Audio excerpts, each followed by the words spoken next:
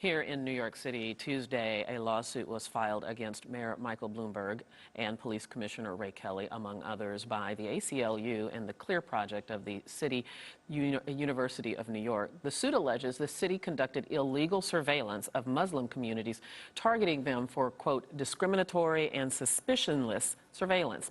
The allegations have outraged the Muslim community. Our guest is Imam Al-hajj Talib Abdur-Rashid. He is the Imam of the Mosque of Islamic Brotherhood in Harlem. Imam Al-hajj, thank you so much for being here. You're welcome. I'm just so curious what your reaction was when you heard about this surveillance program, and I'm assuming it's when the Associated Press released their story. Absolutely. I'm not only the Imam of the Mosque of Islamic Brotherhood, but I'm also the president of the Islamic Leadership Council of New York. And so I can say to you in no uncertain terms that there was a great deal of upset, great sense of betrayal of trust on the part of Muslim leaders throughout the city who since 9/11 have been opening the doors of their mosques willingly and warmly, I might add, to Police Commissioner Kelly. And give us a sense of just how widespread this surveillance program is. Very widespread. Kind of wholesale surveillance of the Muslim community, monitoring houses of worship, sermons being given in houses of worship, Muslim student groups, trips by Muslim student groups. They went across the George Washington Bridge into New Jersey, mapping entire neighborhoods where there are Muslim businesses. Probably the most extensive surveillance of this type since the days of COINTELPRO. What kind of effect did this have on the Muslim community when it came to light? Well, I would say a few different effects. Many of our Muslim houses of worship that have populations primarily that are immigrant populations were very intimidated. Attendance in mosques went down, donations went down, great deal of fear and suspicion. And then those of us who are not immigrants, but primarily African-American leadership, we had a tremendous sense of deja vu. You know, back in the 60s and 70s, there was the FBI and the federal government, and that type of surveillance was eventually outlawed. But now we find ourselves facing the same type of problem with the New York City Police Department. And I understand it even affected you as a cleric in how you minister to your people, how others prepared the messages for their people. Is that true?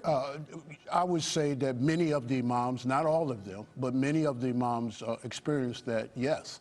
And again, that undermines the whole purpose of partnership with law enforcement for public safety. I mean, if imams are hesitant to speak openly about current events, to address matters like terrorism and what have you from the pulpit or in private counsel, then this undermines, again, our ability to partner with the police. The NYPD has said it's done this, of course, as a part of the counterterrorism effort. However, many believe that there are other motives involved. Absolutely. In fact, I read in one of the articles that you wrote, you said, quote, the NYPD has declared war on our communities in the name of fighting terrorism. Absolutely. And this is not just a problem that's confined to the Muslim.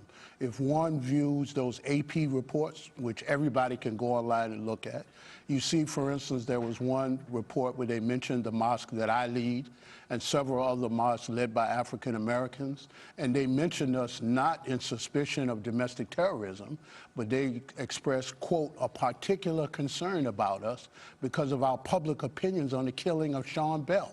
So what does our concerns, constitutional concerns, about abuse of police authority have to do with domestic terrorism, that we're being investigated by a so-called demographics unit? What is it that you hope comes of this lawsuit? I mean, the defendants are very specific, the mayor, the police commissioner, the deputy commissioner. What do you want to see happen? Well, of course, by the time this really comes to court, the current administration will be gone.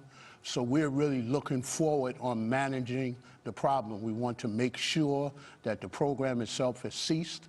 We want to make sure that the federal government has a watchful eye over the NYPD when it comes to these matters, particularly since the NYPD has received and will continue to receive considerable federal funding that they use in a kind of cloaked way for these programs. And on a slightly tangential but related note, what more do you think needs to be done to increase the understanding of the Muslim community? I mean, there's still a lot of misinformation, myth, fear based on ignorance. How can you work to pull down some of those walls? Well, Muslim leaders throughout the city, and I know this because I've been engaged in it for about 25 years now, we're constantly doing, outreach, interfaith work.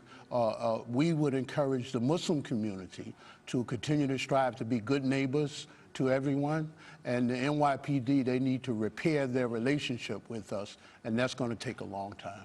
Is it your sense that this is the new normal, that this is the age that we live in? We live in an age of terrorism. We're finding out now that that surveillance programs are happening to all of us. Absolutely. Absolutely. And one of the great tasks of the post-9/11 world is to find a way to meet the needs of public safety without compromising the constitutional rights and the human rights of the American people. Imam Al-hajj Talib Abdur-Rashid, thank you so much. You're welcome. Thank you for having me. It's now time to take a look at the news capturing headlines around the globe in our Arise News World Wrap.